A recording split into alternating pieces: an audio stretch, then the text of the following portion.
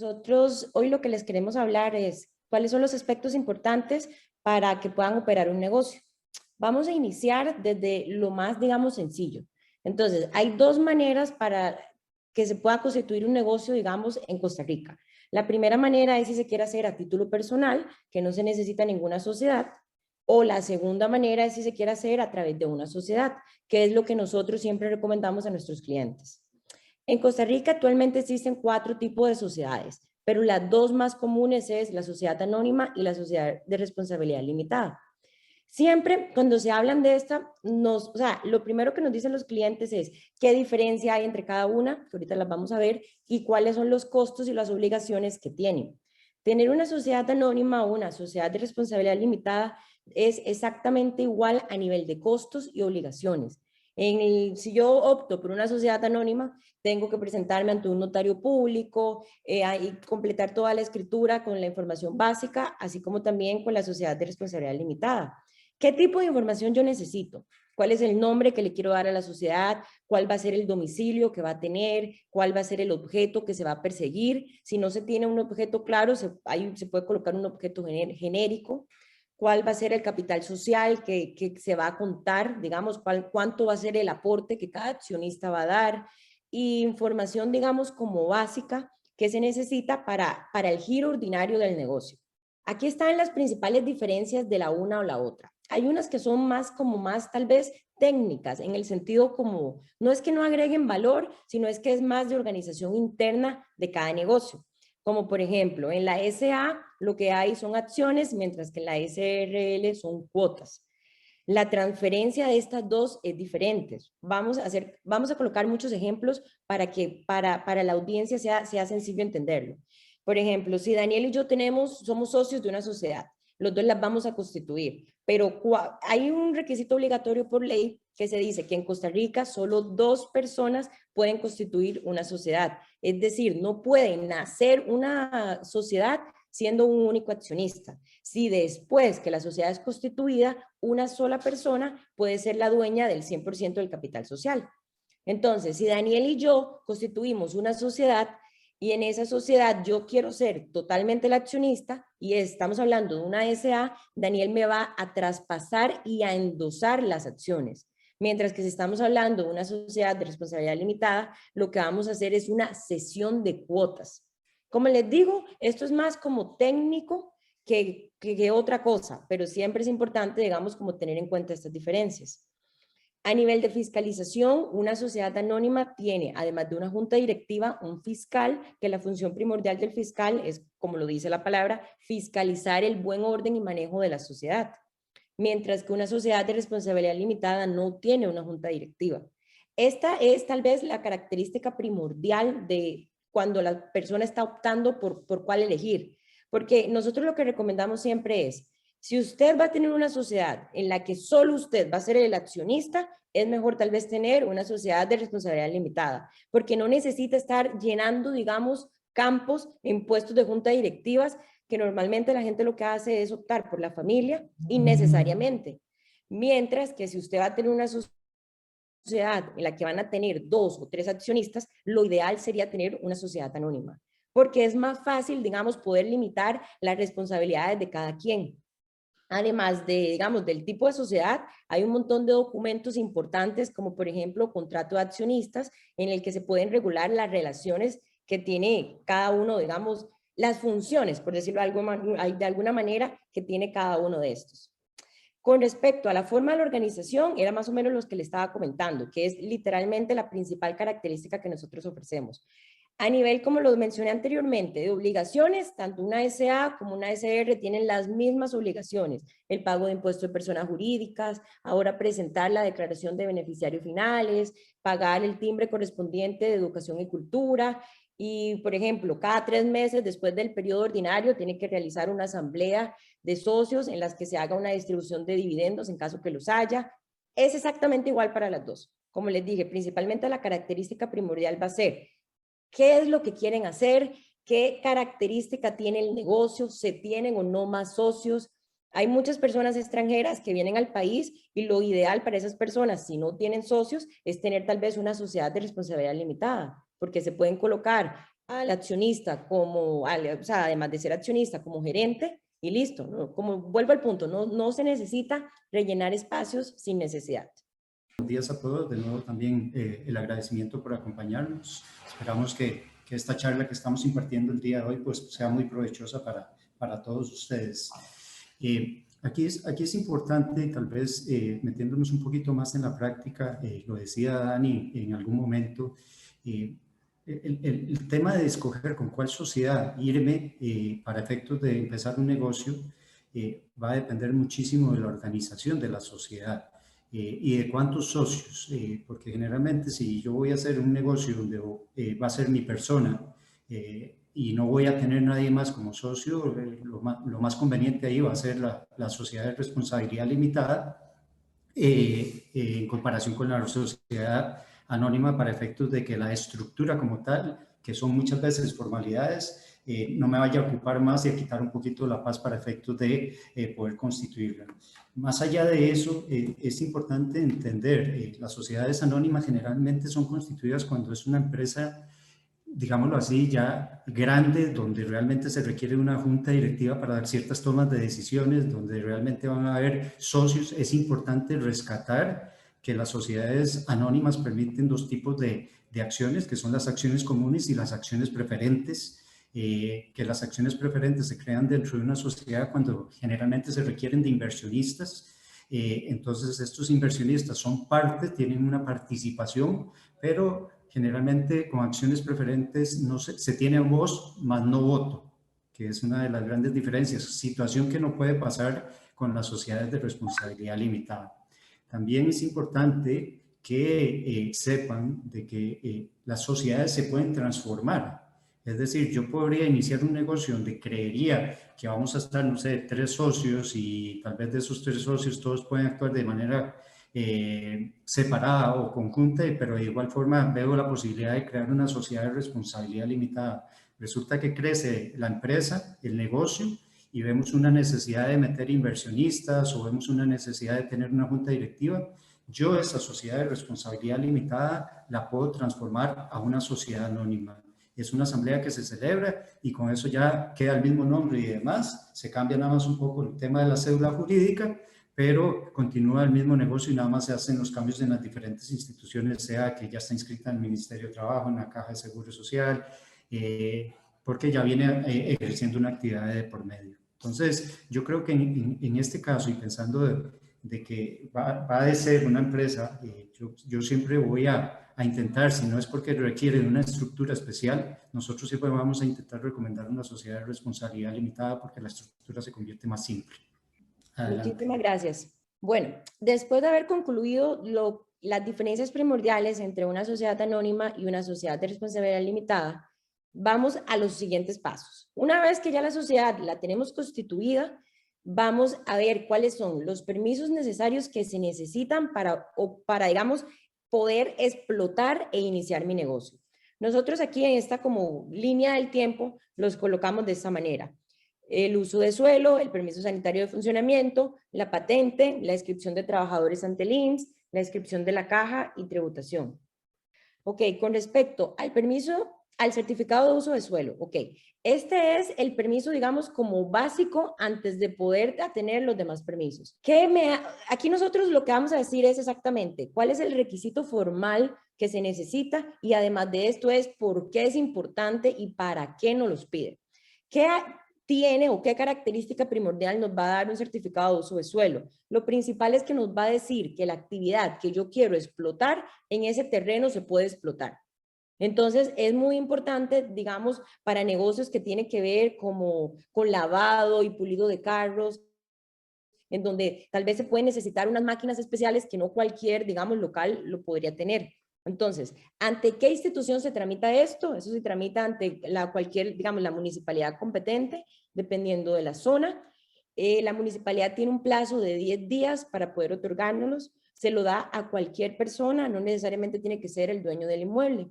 y siempre se necesita el número de folio real. El número de folio real es exactamente el número que identifica en el Registro Nacional a la propiedad en donde se va a llevar a cabo la actividad. Es importante en este caso del certificado de uso de suelo tener un orden, porque nos hemos topado con bastantes casos donde los clientes vienen y nos dicen, mira, alquilamos un local y resulta que solicitamos el uso de suelo para efectos también de los otros pasos que siguen, que va a ser la patente y demás, y nos la niegan. ¿Y ahora qué hacemos? Ya hay una obligación de por medio con el contrato de arrendamiento, donde una salida de eso pues va a tener un costo, que como mínimo va a ser perder el depósito de garantía. Entonces es importantísimo que siempre que van a abrir un negocio y que van a requerir de un local o comercial o una oficina, que se cercioren con anticipación de lo que se quiere establecer en ese espacio físico, vaya acorde con lo que es el plan regulador, si es que tiene la municipalidad, o que por lo menos que la municipalidad le confirme que no va a tener ningún inconveniente para poder ejercer la actividad dentro de ese espacio físico. Totalmente, esto es bastante importante porque como lo dice Eduardo, después, como se diría coloquialmente, nos embarcamos en algo que tal vez no se pueda realizar, digamos, ya después con contrato de arrendamiento en mano y con dinero entregado. Ok, el segundo permiso importante es el permiso sanitario de funcionamiento. El permiso sanitario, ok, los requisitos primordiales para tener este permiso es llenar un formulario con información básica exactamente de la actividad y del local, una declaración jurada, un comprobante de pago, digamos, dependiendo del tipo de actividad, y presentar información que identifique a la persona física, como lo indicamos inicialmente, o si ya estamos hablando de una sociedad. Aquí hay un punto importante, que es constancia de estar al día con las obligaciones de la caja.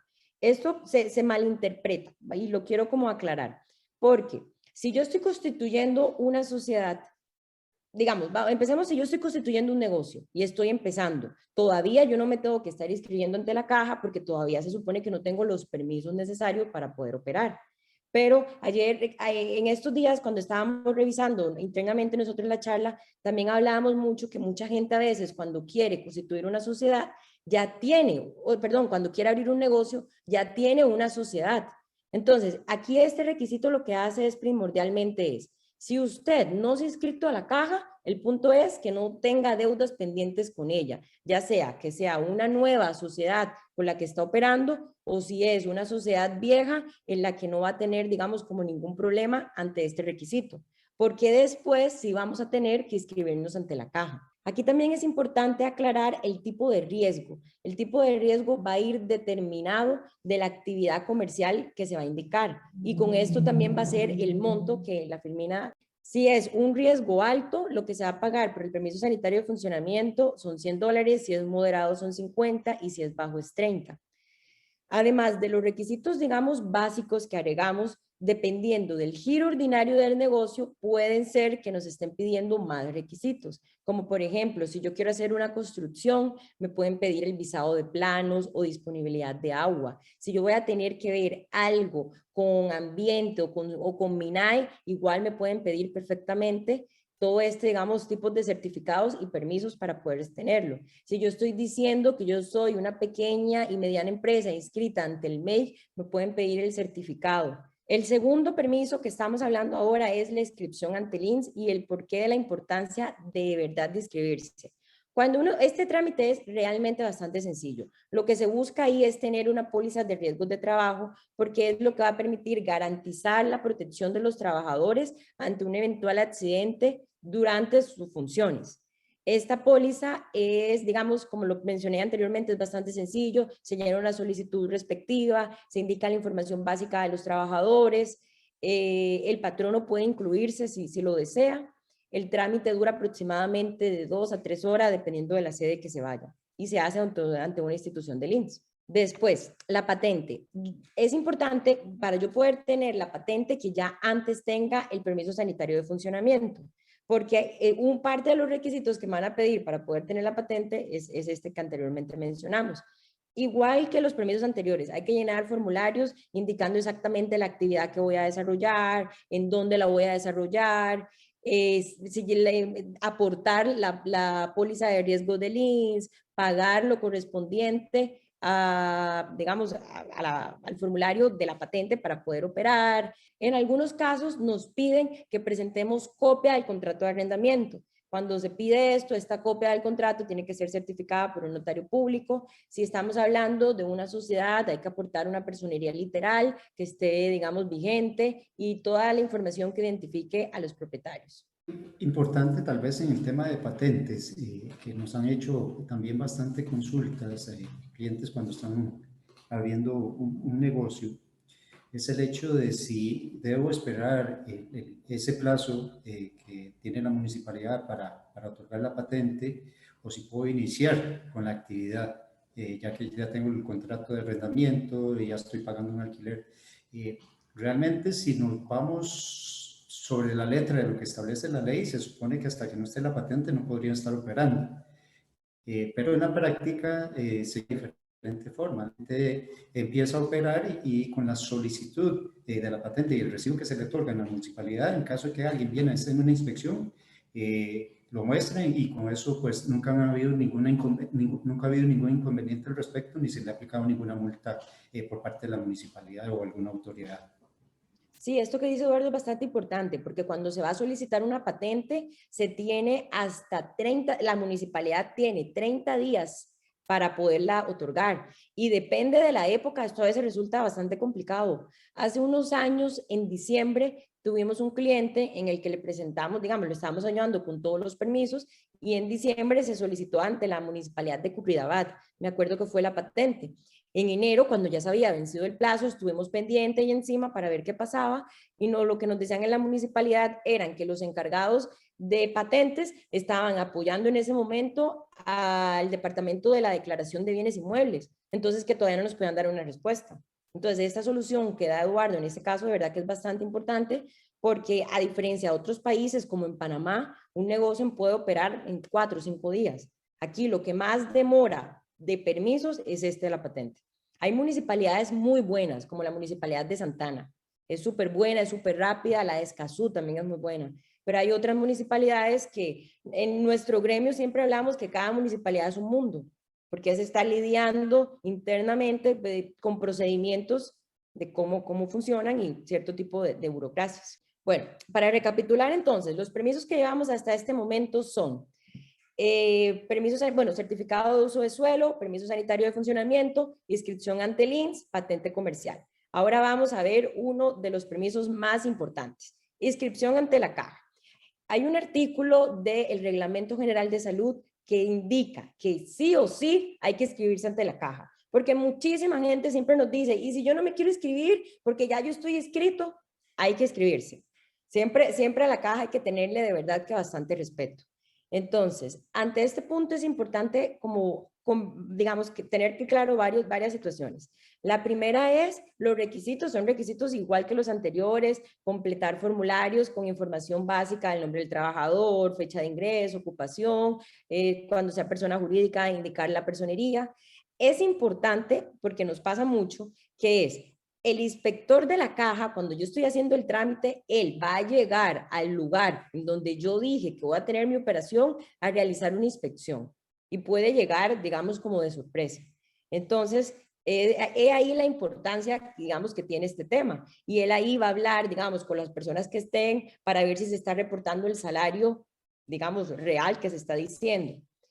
Cuando hablamos de este tema, siempre nos preguntan, ¿cuánto es la prescripción de deudas que se tiene con la caja? Por eso lo quisimos meter en este punto, porque como les digo, es una de las preguntas más frecuentes que siempre tenemos y es de 10 años. Las deudas con la caja costarricense del Seguro Social prescriben a los 10 años. Si quieres, Eduardo, aquí te doy la palabra para que comentes de la caja. Sí, varios puntos interesantes que también se han dado en la práctica. Uno de los principales ha sido el hecho de que la Caja Costarricense Social, cuando usted inscribe una sociedad como patrono, está obligando de que como mínimo el representante legal, en este caso si es sociedad anónima, el presidente, y si es sociedad de responsabilidad limitada, el gerente, deba inscribirse en la caja. Ellos ellos no están entendiendo de que yo puedo crear una sociedad y puedo tener representación sin que realmente tenga que trabajar para la compañía. Entonces están obligando a que por lo menos el representante legal se inscriba como trabajador dentro de la misma sociedad. Eso lo están haciendo adrede ahorita, digamos. Se nos ha presentado varios casos, los hemos tratado de alegar y se cierra mucho. Son instituciones públicas que a veces, que por más que usted lo pelea administrativamente, no nos van a dar la razón porque se quieren curar en salud y no quieren tener ningún problema ellos laboral. Ya habría que llevarlo a una instancia judicial para efectos de poder lograr o pelear lo que nosotros tratamos de justificar del por qué no necesariamente el representante legal tiene que ser un trabajador directo de la empresa. Eso por un lado. Lo otro importante con el tema de la caja es el tema de los porcentajes que paga el patrono y el trabajador del salario reportado. Se supone, lo digo de esa manera, porque sabemos que hay muchas empresas que no lo hacen como corresponde, pero se supone que se debe reportar la totalidad del salario bruto. Y en este caso, los trabajadores pagan un 10.5% que se le descuenta el salario, el patrono tiene la potestad de descontar ese monto al trabajador a la hora de pagar el salario y el patrono paga un 26.5% del salario reportado de cada trabajador. Esos son los porcentajes que se pagan. Este tema de la prescripción de deudas es importante porque de igual forma nos han venido varios casos de tal vez compañías que fueron constituidas desde mucho tiempo atrás, que ejercieron una actividad, cerraron el negocio, pero no hicieron la cancelación de inscripción ante la Caja Costarricense Social y después vienen con la intención de utilizar la sociedad para un nuevo negocio y resulta que tratan de inscribirla en la caja y se topan con que tienen una deuda.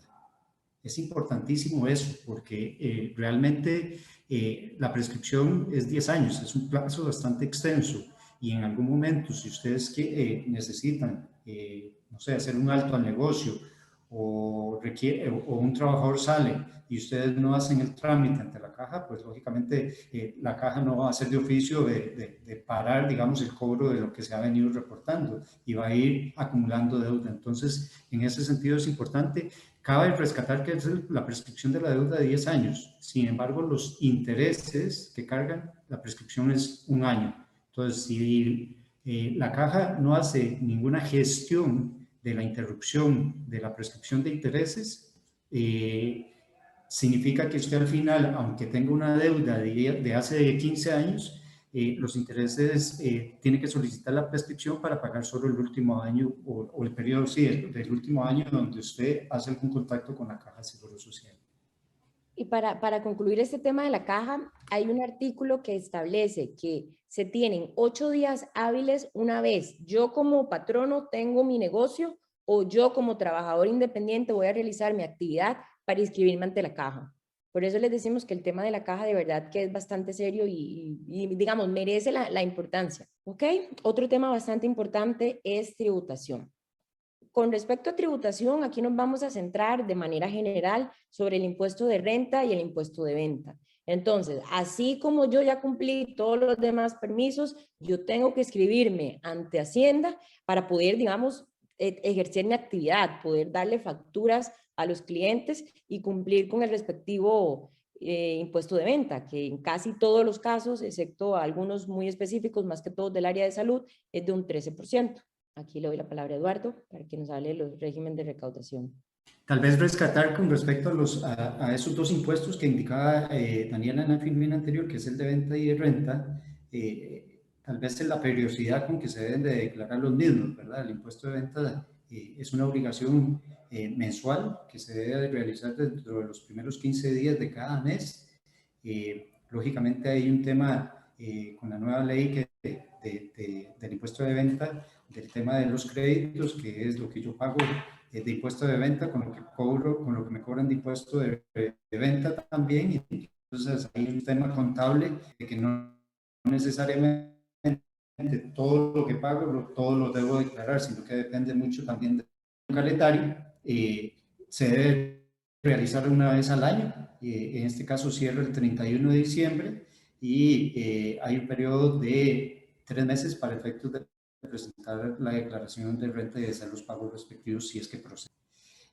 Hay dos tipos de regímenes. El régimen tradicional, para empezar con ese, tiene lo que es la declaración de impuesto de venta, que es un tema de que se puede, no, que se debe solicitar al vendedor, por decirlo de alguna manera, que se emitan las facturas electrónicas para poder hacer efectivo el pago y que lógicamente estar uno registrado y utilizando el sistema electrónico o digital que para este efecto se tiene el Ministerio de Hacienda o empresas que lo ofrecen.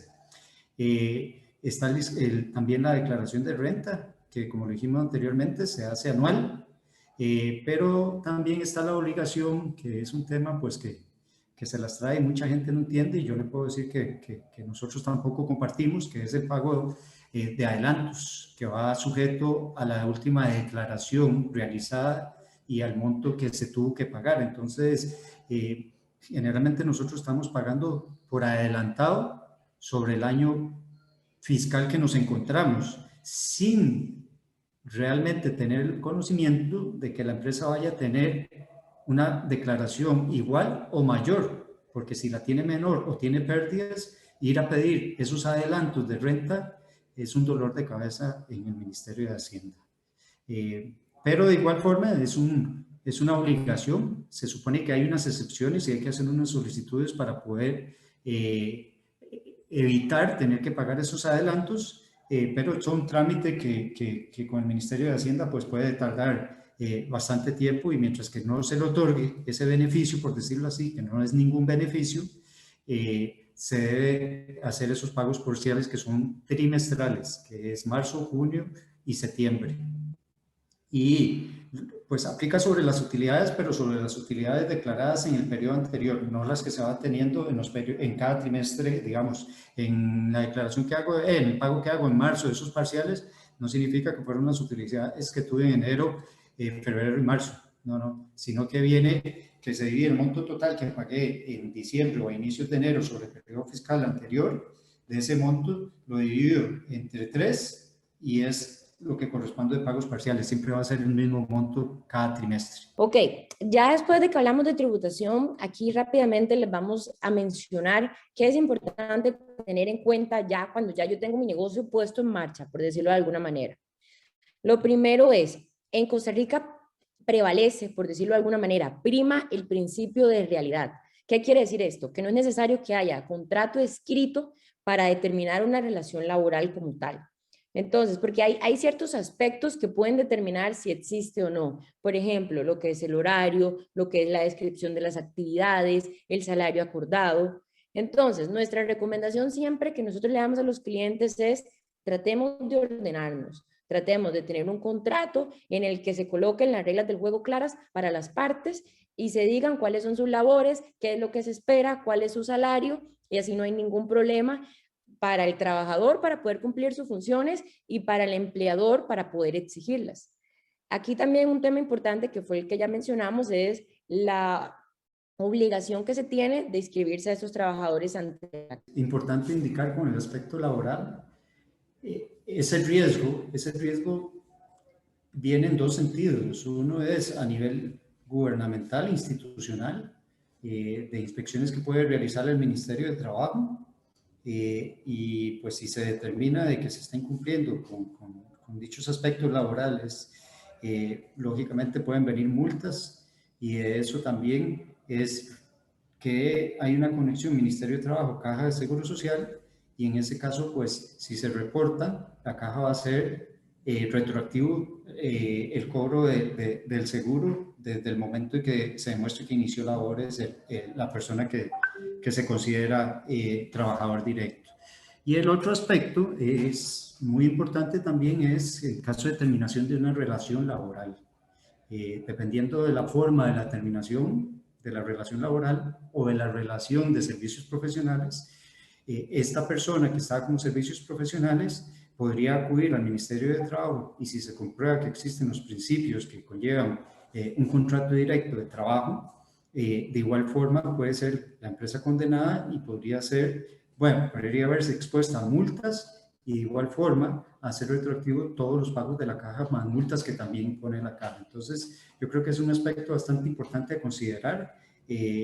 Se ha visto, hemos tenido bastante experiencia en este tema de aspectos laborales donde realmente hay empresas que por una cuestión hasta económica prefieren tener a sus colaboradores como servicios profesionales o alguno de ellos y se han visto inmersos en una auditoría que hace ya sea la Caja o el Ministerio de Trabajo en sus instalaciones y después vienen y les hacen una advertencia de que deben de ponerse en regla con dichos aspectos. En algunas ocasiones hemos intentado que muchos de nuestros clientes pues no se vean afectados cuando han tenido situaciones de esas, sino que corrijan y ver si no se les aplican multa, pero sí es importante que tengan conocimiento de eso porque en ese aspecto, tanto el Ministerio de Trabajo como la Caja Costarricense del Seguro Social aplican fuertemente las medidas. Muchas gracias, Eduardo.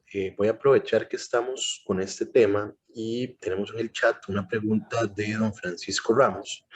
Indica y nos pregunta, ¿por qué puede ser un riesgo por servicios profesionales? Ya que estamos en este tema, les cedo la palabra para que le puedan contestar.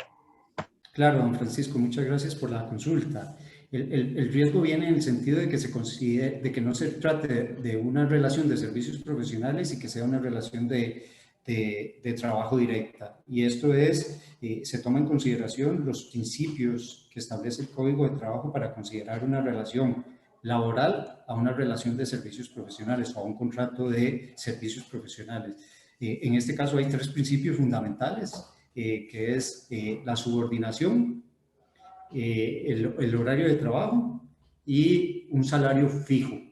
Si se determinan esos tres aspectos dentro de la relación existente entre la persona física o dos personas físicas o una persona física o jurídica, en ese caso el Ministerio de Trabajo va a considerar la relación como un contrato de trabajo directo y no por servicios profesionales, y el riesgo de eso es en hacer retroactivo todos los aspectos legales que conlleva la relación de trabajo directa, que era pagar todas las cuotas atrasadas ante la caja, pagar el riesgo de trabajo, la póliza de riesgos de trabajo y demás, y podría verse la empresa o el patrón, o sea, persona física también, inmerso en una multa por no haber inscrito al trabajador desde el inicio y tratar de disimular la relación como de servicios profesionales.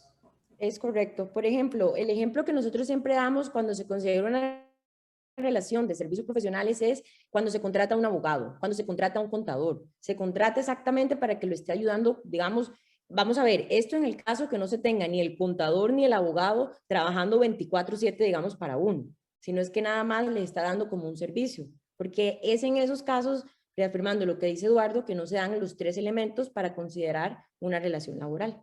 Y pasamos al último tema, que es propiedad intelectual. Este es un punto bastante importante que consideramos que tal vez a veces no se le toma la importancia que la tiene. ¿Por qué es esto? Aquí vamos a hablar de la importancia que tiene inscribir una marca. Al final de cuentas, la marca es como el core del negocio, o sea, es el objetivo primordial. Si yo tengo un logo, es ese logo lo que va a permitir que mi marca sea diferente a la que tiene Eduardo. Entonces, es bastante importante que esta marca se proteja. ¿Por qué decimos de que la gente no le da la importancia que tiene para esto? Porque yo perfectamente puedo operar sin tener mi marca inscrita, pero al yo tener mi marca inscrita, ¿qué hago? Que nadie más pueda tener ese derecho de mi marca. O sea, que solo yo puedo inscribir el nombre, digamos, de nosotros, en este caso, ERP Lawyers. Entonces, he ahí, digamos, la importancia que tiene. Como lo dice la Filmina, la principal función es lograr identificar e individualizar. Hay un montón de marcas famosas que todos conocemos, McDonald's, Coca-Cola, bueno, ahí está Disney, un montón, que son bastante importantes. ERP Lawyers. ERP Lawyers, por supuesto.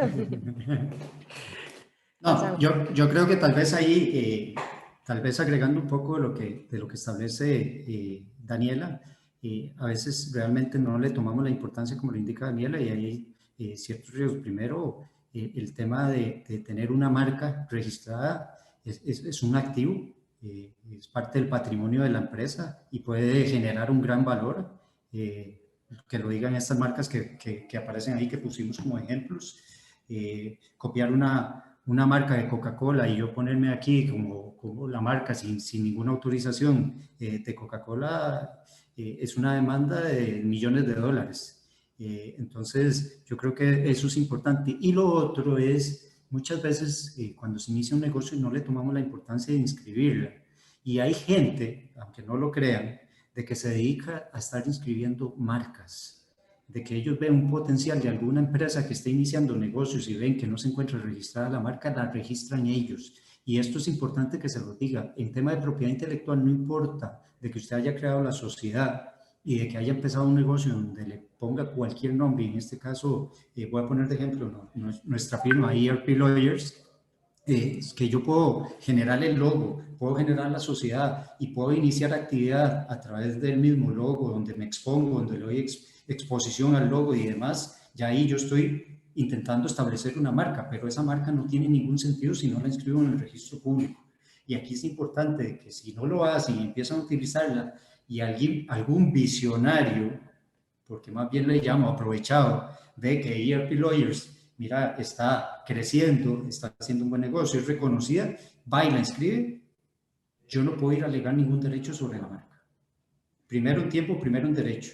Eso se establece sin propiedad intelectual. Y si yo establezco una marca, y si yo voy y trato de inscribir una marca a nombre propio, que sé que está en el mercado, nadie me puede decir nada porque es un derecho que tengo establecido. Entonces eso es importantísimo que lo tomen en consideración, porque ha pasado muchas veces que inician el negocio, no se dan cuenta de que existe una marca similar y por un lado la tienen que cambiar y ya han trabajado muchísimo el tema de marketing y demás. Nos hemos topado casos de esa índole donde empiezan el negocio, no se cercioran de que pueden utilizar el nombre o la marca, empiezan a trabajar con ese nombre y con esa marca y resulta que hacen toda la página web, hacen el tema de todo, de flyers, marketing, tarjetas, firmas electrónicas, y cuando se dan cuenta les llega una notificación que generalmente es lo que pasa de inicio, donde una empresa les dice, mira, hay una similitud, están utilizando mi marca y les solicito por favor cambiar todo en un periodo de plazo para evitar un proceso judicial. Nos hemos encontrado miles de casos así. Imagínense lo que eso conlleva para una empresa que esté iniciando. Y Dios libre no hacer caso, ¿verdad? Porque nos ponen la demanda y ahí puede haber hasta un tema de daños y perjuicios y los montos pueden ser muy, muy elevados. Entonces, yo creo que a veces no le restamos importancia a eso, o tal vez es una falta de conocimiento, pero lo que yo siempre les voy a recomendar es en el momento en que inicien un negocio y crean una marca, inscríbanla y no le den largas. Realmente el tema de inscripción de una marca es un procedimiento que dura, pero mientras que ya esté presentada, ya hay un derecho adquirido y realmente los costos no son elevados para la inscripción de una marca. Gracias, total. Yo siento que este es el mejor consejo que nos gustaría que ustedes se llevaran hoy, porque vamos a ver, las personas no dudan para constituir una sociedad. Eso es fácil, digamos, ese trámite es listo, cómo está la cosa, cómo nos organizamos y se constituye, pero inscribir una marca sí se analiza más. Entonces, de verdad que no lo duden, al final nosotros lo que le decimos siempre a nuestros clientes es, hay que pensar en grande, tal vez está empezando un negocio, pero es un negocio en el que ya yo he invertido bastante dinero, estoy colocando conocimiento y la idea es que eso siga creciendo y es el valor, digamos, agregado que va teniendo pues el negocio. De esta filmina lo importante, además de todas las ventajas que ya hemos mencionado, es hablar que la protección que vamos a tener es por 10 años y esto se puede estar renovando constantemente. Y la última sería cómo es el procedimiento. Como lo mencionó Eduardo, el procedimiento es un poco lento. Pasamos la filmina, por favor. Es bastante lento porque se presenta la solicitud ante el registro, ahora se puede presentar en línea. El registro nacional de nosotros de verdad que es bastante competitivo en comparación con los de la región, porque desde antes de la pandemia podemos hacer muchísimas cosas en línea. Entonces, tenemos digamos, la parte de marcas, se presenta, se tienen internamente más o menos 30 días hábiles para decirnos si está bien, ya sea por puntos de forma o puntos de fondo, y después nos mandan un edicto, que este edicto se tiene que publicar por 3 veces consecutivas en la Gaceta. Una vez que se publique en la Gaceta, a partir de la primera publicación hay que esperar 2 meses para que cualquier persona diga, uy, ahí veo que quieren inscribir esta marca, pero yo tengo mejor derecho sobre esta marca, me voy a oponer. Después de estos 2 meses, más o menos se tienen que esperar 15 o 10 días hábiles para que el registro emita como el certificado que indica que el titular de la marca es tal persona o tal sociedad y que protege el derecho. Con esto de verdad quedamos por concluida nuestra charla. Ahora vamos a responder las preguntas que, bueno, las que nos han respondido, que nos han hecho. Agradecerles a todos por el tiempo. De verdad que muy complacidos. Esperamos que haya sido de gran provecho para ustedes. Bueno, gracias, Daniela. Tenemos una pregunta de don Marvin. Muchísimas gracias, don Marvin. Nos pregunta, buenos días. Hace 3 años atrás cerramos una SA ¿qué tengo que hacer para activarla? Soy el dueño del 100% del capital social. Gracias, don Marvin. Primero lo que tendríamos que ver cuando dice cerramos, o sea, ¿a qué se refiere con cerramos? La sociedad se disolvió como tal. Si la sociedad se disolvió como tal, quiere decir que dejó de existir ante la vida jurídica. Entonces, si usted quisiese tener una sociedad, lo que podemos hacer es crear una nueva. Si quiere crearla con el mismo nombre, que es una pregunta que a veces nos hacen, se puede presentar, nada más que queda a criterio del registrador si nos la acepta o no, por ya ver antes una sociedad con ese nombre. Pero aquí lo importante es, que tal vez aquí nos podría contactar después de la charla, es conocer a qué se refiere con cerrar. Porque si se disolvió la sociedad, es decir, se hizo un acta de asamblea en la que se disolvió, la sociedad ya no existe. Entonces, lo que procede ante esto es tener una nueva sociedad.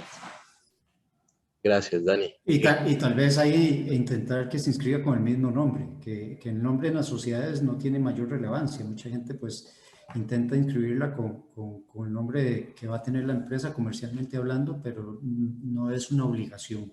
Entonces, ese es otro aspecto que se debe considerar, pero si fue disuelta, va a venir con otro número de cédula jurídica. Va a ser totalmente diferente, va a ser una sociedad nueva.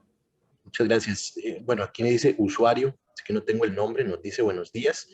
El endoso de acciones y o cesión de cuotas se hace a través de un notario público. No, eso no se hace a través de un notario, eso es información meramente interna de la sociedad. ¿Qué quiere decir esto? Que es, los socios o la junta directiva o el gerente se reúnen y dicen, ok, ¿cómo está en este momento nuestro capital social? Y está de esta manera, vamos a cederlo, vamos a endosarlo y entre ellos se hace. Sí es importante aquí y bastante importante porque es una obligación relativamente nueva, es, por más de que esto sea información interna, una vez que yo asiento en el libro, ya sea o de registro de accionistas o registro de cotistas, ¿cómo queda ahora el nuevo capital? Tengo 15 días hábiles posteriores a ese asiento para informarle al Banco Central quiénes son los beneficiarios finales. No importa que ya se haya hecho la declaración en abril, de igual manera tengo que hacerlo porque cambió a lo que ya yo presenté. Muchísimas gracias. Nuevamente, usuario desconocido nos consulta. Una empresa de servicios que tiene solamente 2 colaboradores que trabajan bajo la modalidad de teletrabajo requiere patente, permiso sanitario de funcionamiento y otros requisitos para operar en Costa Rica. La respuesta sería no. Realmente el tema de patente y permiso de funcionamiento va relacionado a un establecimiento donde ejerce la actividad la empresa.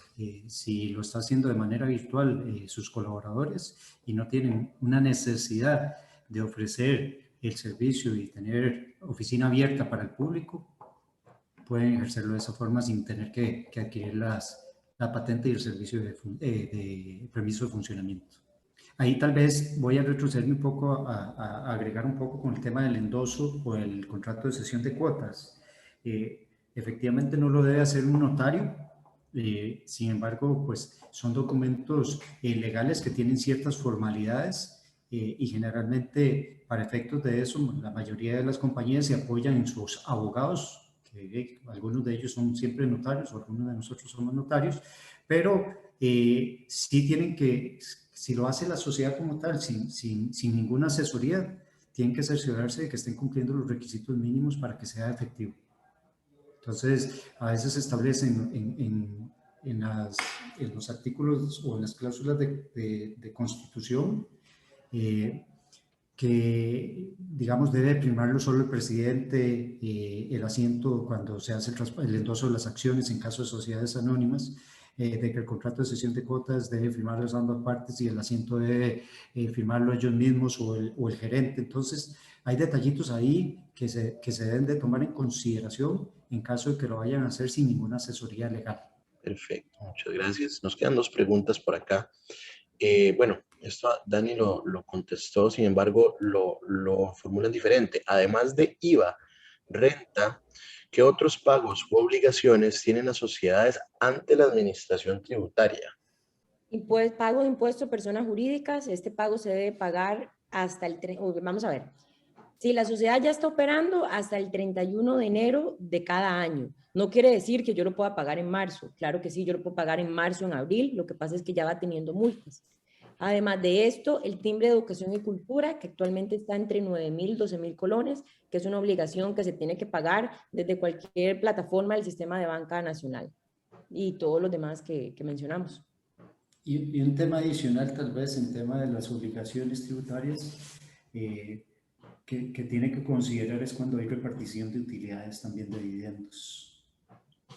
Es un aspecto que tiene es bastante importante. Un tema fiscal, correcto. Y también aquí es importante hablar de la diferencia que es, por ejemplo, si Eduardo y yo somos socios de una sociedad y los dos damos un aporte a la sociedad. ¿Qué quiere decir esto? Hago un aporte de capital adicional. Cuando la sociedad me devuelva a mí, Daniela, como accionista, ese aporte no está sujeto a ningún tipo de impuestos.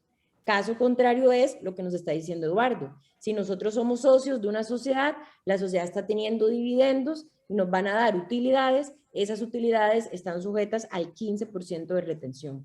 Entonces, esto de verdad que son puntos bastante importantes que merece la pena tener, digamos, un abogado de confianza a la mano para poder llevarlos a cabo. Gracias, Dani. Para ir finalizando, tenemos una última de usuario también. Indica que para alguien que tenga un negocio de servicios, ¿qué le es mejor? ¿Trabajar con la figura de persona física o hacer una sociedad y operar bajo ella? Difícil contestarle. Habría que conocer un poquito más a fondo el tema de negocio como tal, que sé que es de servicios, pero que estaría llevando a cabo, y también ver si ese tema de servicios va a ser de manera individual o si va a tener de igual manera trabajadores.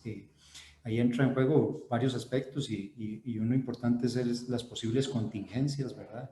El tema de los activos que pueda tener la empresa si llega a tener, el tema de las relaciones laborales, de la responsabilidad que hay en caso de llevarlo persona física con personas jurídicas, y también un tema muy importante considerar es el tema fiscal. Entonces ahí habría que sentarse a ver el caso específico para poder opinarle. Sí, me adelanto diciendo que la una o la otra puede ser posible.